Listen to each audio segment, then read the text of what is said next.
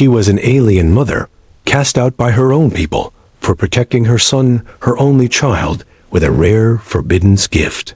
Freezing, starving, and hunted across a hostile planet, she found help in the most unlikely place. A lonely human farmer with secrets of his own. What began as a desperate search for shelter soon became a fight to expose a terrifying truth that could change their world forever. If you're new here, don't forget to subscribe to our channel and show us a thumbs up by liking the video. Now, let's jump into the story. The cold was everywhere. It crept under skin and bone, as if the wind itself were alive and angry. Sira pulled her son Nilo closer to her chest, wrapping her thin arms around his small body. Her silver cloak had once been bright with the colors of her people, but now it was torn, frayed, and dull.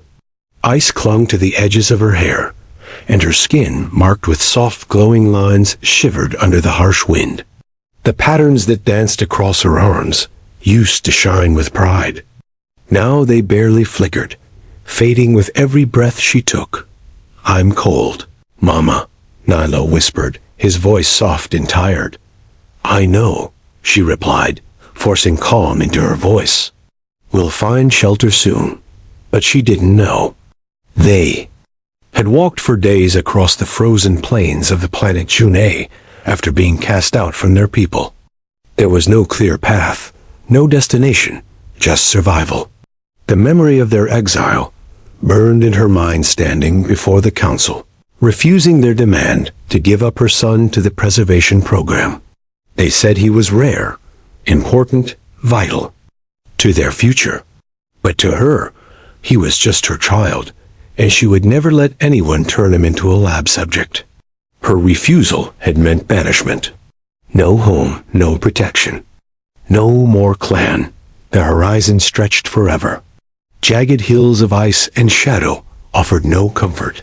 Sira's legs ached. Her lips were cracked and bleeding. Nilo hadn't cried in hours, which worried her more than if he had. He was too quiet now. Too still. She felt the flicker of warmth from his small glowing marks dim against her chest. Then, in the distance, something broke the endless white, a faint line, low and square. A structure. At first, she thought it was a trick of her desperate eyes. But as they trudged closer, she could make out the shape of buildings. Not sleek and curved like those built by her kind, but rough and blocky, made from old wood and rusted metal. A farm, maybe. And not an automated one. Those were left to machines and silent drones.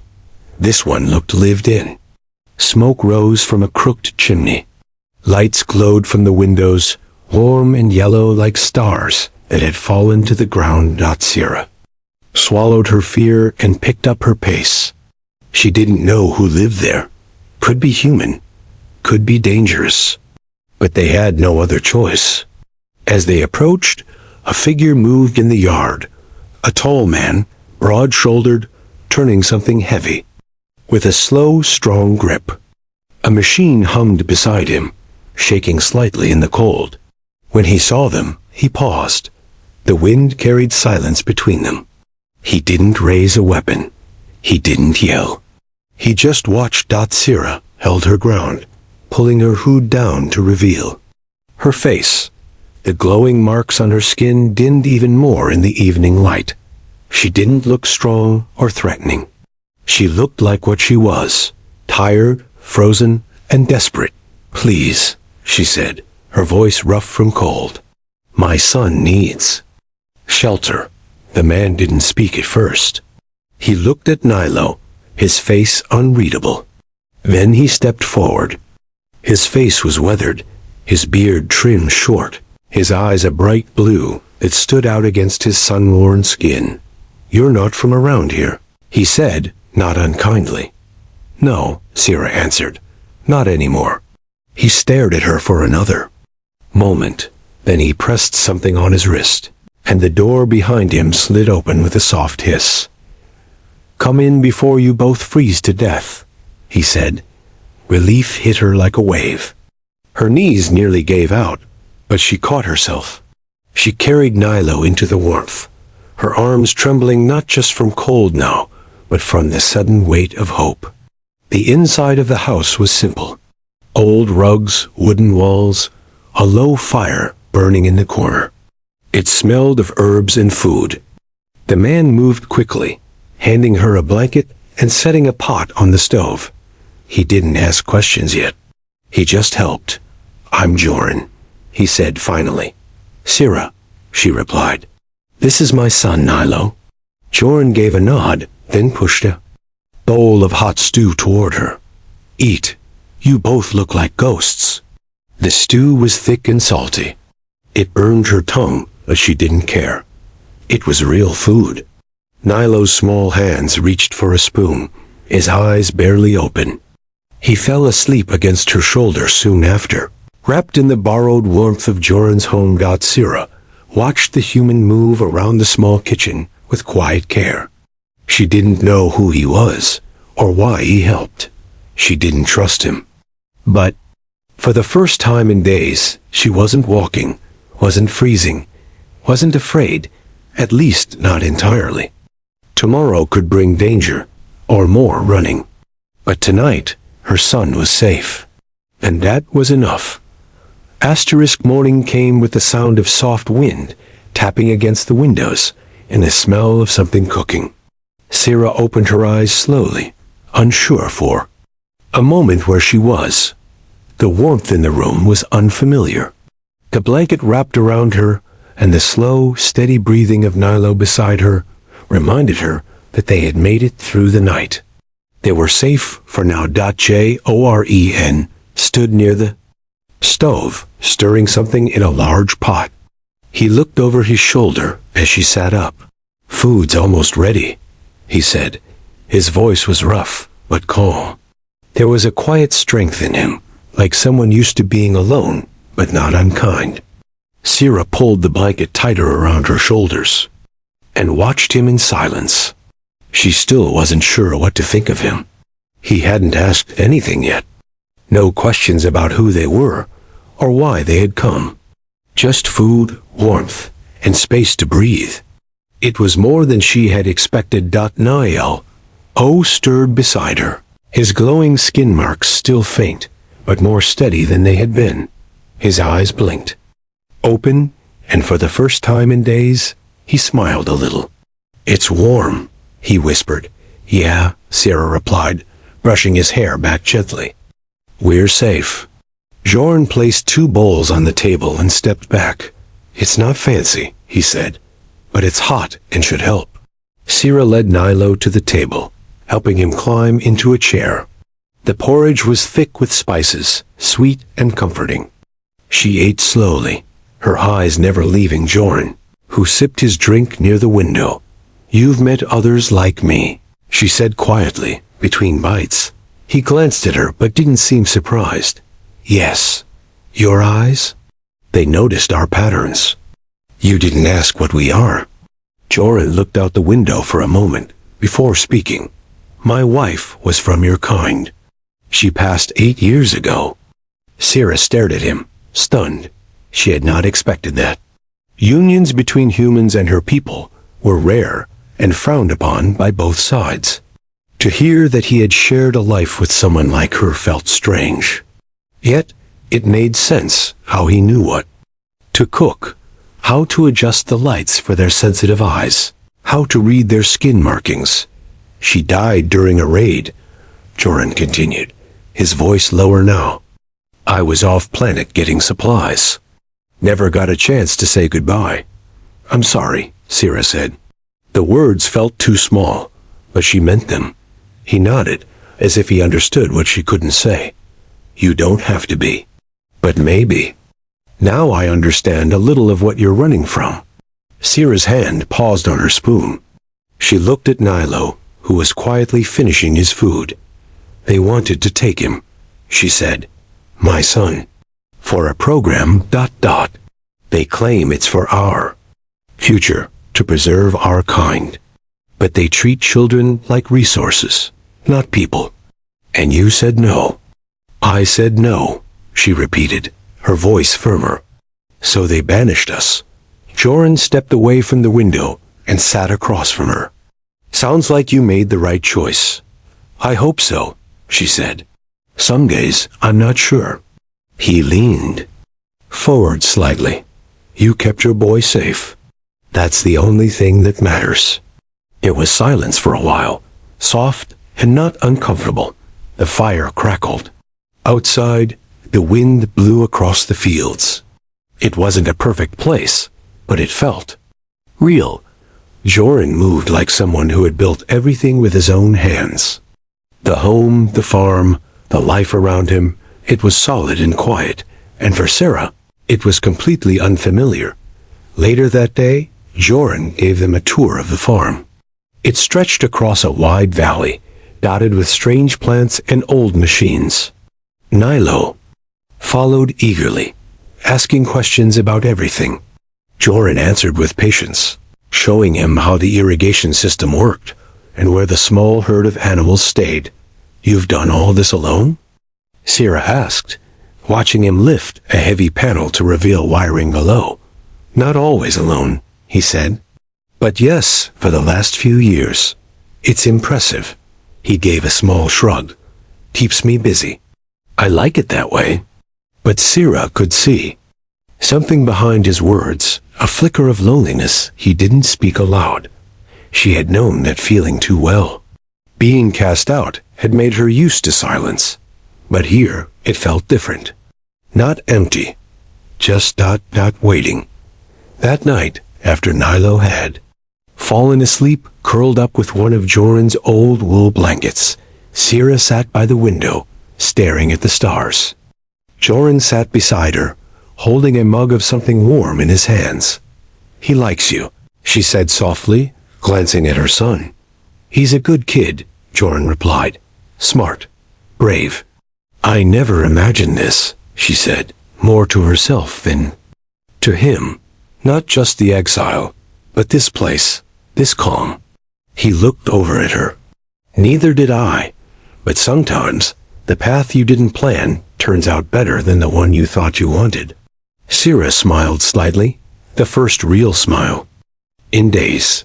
For a moment, the world outside the window didn't matter. Not the cold, not the past, not the fear of being found. Just this small, warm house. This man who had opened his door without asking anything. And the child who had given her the strength to keep walking. Tomorrow might bring danger. But tonight, for the first time in a long while, Sarah allowed herself to feel something else. Hope. The sky over the farm had changed. The wind had quieted, but a strange tension hung in the air, like the world itself was holding its breath. Sarah felt it first, a prickling along the edges of her skin where the glowing lines of her patterns lived. She stood by the window, staring at the edge of the distant forest. Something was wrong. Something was coming. Later that evening, while Joran checked the power systems, Sarah stepped outside and scanned the horizon. That's when she saw it, just a flicker, a shimmer in the air, too still, too neat. A surveillance drone. Her heart jumped. It hadn't attacked, hadn't even made a sound. But it meant one thing. They were being watched. Jore, and confirmed it a few hours later. It wasn't local, he said, checking one of his old defense monitors. This signal's coded. Not commercial. Your people, maybe? Sarah nodded slowly. The council.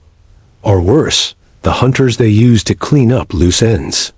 They didn't sleep that night. Joran took out a hidden device from a storage locker beneath the floorboards, a small handheld scanner with a military symbol burned into the side. It glowed softly as it mapped their surroundings. They've been here, not just watching, they're circling. Sarah's stomach tightened. They had found them. And they weren't going to ask nicely this time. In the morning, a stranger arrived. He stepped out from the woods like he belonged there, calm and quiet, his hands empty, but his eyes sharp. His clothes marked him as a traveler, but his patterns, Those glowing designs that marked every one of Sarah's people flashed in a distinct rhythm. She recognized him immediately. Talon, she whispered. He looked older than she remembered, thinner, but still held himself with pride. Cousin, he said softly. Joren stood beside her, watching carefully. Friend of yours? Family, Sarah said. Or, he was. Talon raised both hands in peace. I'm not here to take you back, he said. I'm here to warn you. Inside, around the warm hearth, Talon explained. The council hadn't just banished them to punish Sarah. They had hoped she would die quietly in the wild, taking Nilo's gift with her. But when they learned that Nilo had survived and possibly developed his ability further, the plan changed. They've begun accelerating the program, Talon said. No more volunteers. Children are being taken, modified, pushed too far. Saris, hands clenched. That's what they wanted to do to him. Talon nodded. And now they want him back. They can't have him, Joren said firmly from across the room. You don't understand, Talon replied. They've sent hunters. Real ones. Trained. They'll be here soon. The door creaked open then, and Nilo ran in, his eyes wide. There's someone outside, he called. She's hurt. Everyone rushed outside to find a small figure lying near the barn. A child young, thin with patterns that blinked weakly. On her arms. Sarah rushed forward despite Joren's warning, kneeling beside her. She's like me, Nilo whispered. The girl stirred. Don't take me back, she moaned. Please, no more tests. Sarah's heart broke. The child, who called herself Lise, had escaped from a council lab. She had crawled through a tunnel and wandered for days. Her arm was bandaged with a strip of cloth torn from a lab coat, and the mark on her wrist Sarah recognized it. The symbol for experimental subject. We have to do something, Sarah said. Joren brought them down into the old bunker below the farmhouse. There, under flickering lights, she saw what he'd kept hidden: a full military setup, weapons, armor, old maps, surveillance tech, and a plan already forming in Joren's mind. We get her out of here, he said, nodding toward Lise. But we don't run. Not this time. Sarah stared at him. What are you saying? I'm saying we fight. We find the place they're keeping the others. We expose what they've done. Talon placed a data chip on the table. This has coordinates to the mountain base. That's where the children are taken. Nilo stepped forward, eyes shining. We can help them? Sarah placed a hand on his shoulder. Only if we're careful. Only if we're smart. Joren pulled out a map and spread it across the table. There's a back tunnel. Old maintenance shaft. Not guarded, not heavily. We go in through there. Sarah looked at Joren, her voice low. You'd risk your life for this? He met her eyes without flinching. For you. For him. For what's right. Silence filled the room for a moment. Then Liz spoke up, her voice small. There are more like me, she said. They're scared. They don't understand why it hurts so much. That was enough. That night, while Les rested in a safe room, the others prepared. Joren loaded weapons with practiced hands. Sarah studied the map and memorized the codes Talon gave her. And Nilo sat quietly, concentrating, learning how to better control the gift inside him. They would go to the mountain. They would not run. They would be the storm that the council never expected, because this time they had more than fear. They had purpose. They had truth. And they had each other. Darkness wrapped around the mountain like a shroud as Sarah, Joren, Nilo, and Talon crept through the narrow tunnel. The silence was thick, broken only by the soft hum of their boots against the cold metal floor. Above them, the council's research facility loomed, hidden deep within the cliffs. The entrance behind them had sealed shut, and there was no going back now. The mission was clear: rescue the children, expose the truth, and make sure no one ever suffered the way Nilo and Les had. Nilo walked between Sira and Joran, his face calm but focused. He was the key. His rare ability to hide energy patterns was their shield. With his gift, they passed undetected by the automated scanners and heat sensors. He concentrated hard, holding his breath at times as the glow from their skin dimmed into nothing. The boy was only 10, but in that moment, he moved like someone much older. Joran led them forward, guiding them with a wrist monitor sensed the stolen data from Talon. His old soldier instincts had returned, sharp and ready. It had been years since he last stepped into battle, but nothing about this felt unfamiliar.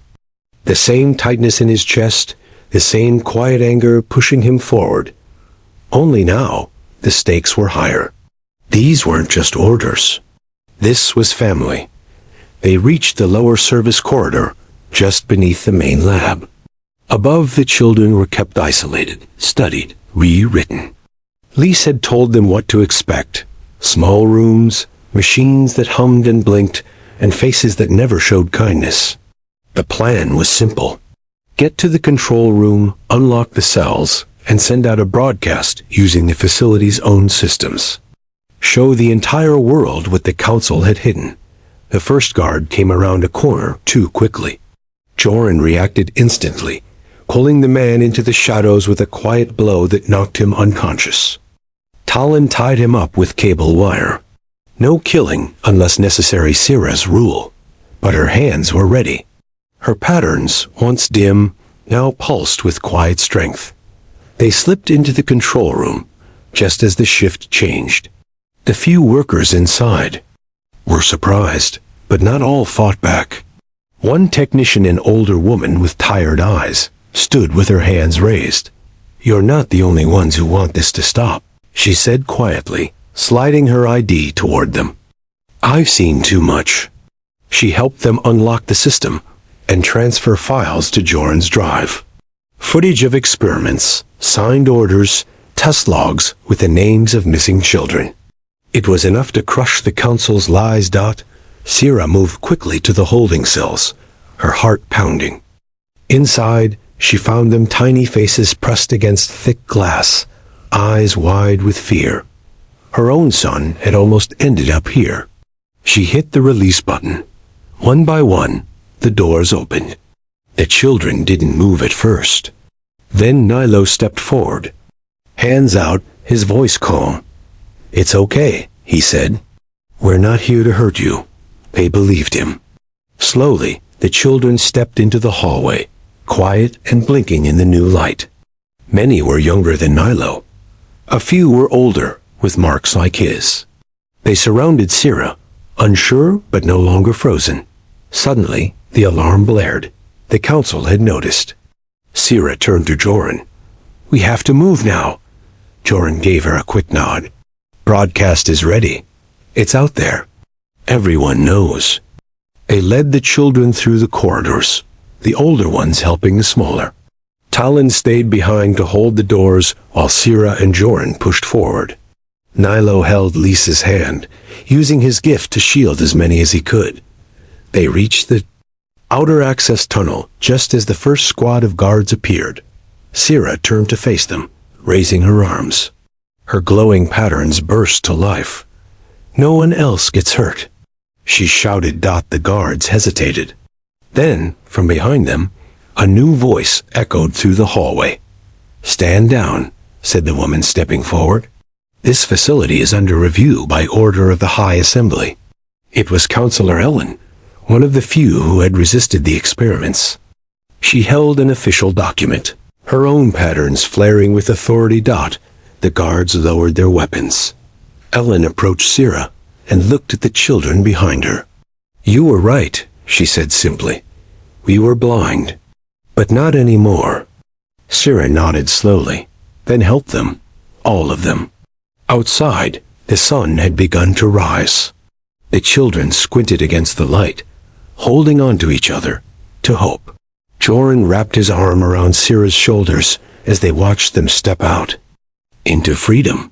The files had gone viral.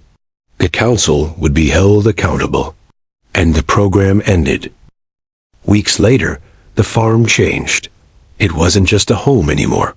It became a sanctuary, a place of healing. Children came from all over, human and alien, scared and broken, but ready to grow. Sira taught them how to control their gifts. Joran showed them how to build with their hands. Nilo and Lise laughed again. The old house, once quiet, now echoed with life. One evening, as the stars filled the sky, Nilo sat by the fire with the others, telling stories. His patterns shimmered in soft gold as he spoke of bravery and kindness. Sira watched him, her heart full. She reached for Joran's hand, and he took it without a word. "What we did," she whispered. "It mattered." Joran nodded. "We chose to protect, to care. That's the kind of light the world needs." And as the fire burned, casting soft shadows against the walls, they sat together, mother, father, son, and all those they had saved, knowing this wasn't the end. It was only the beginning.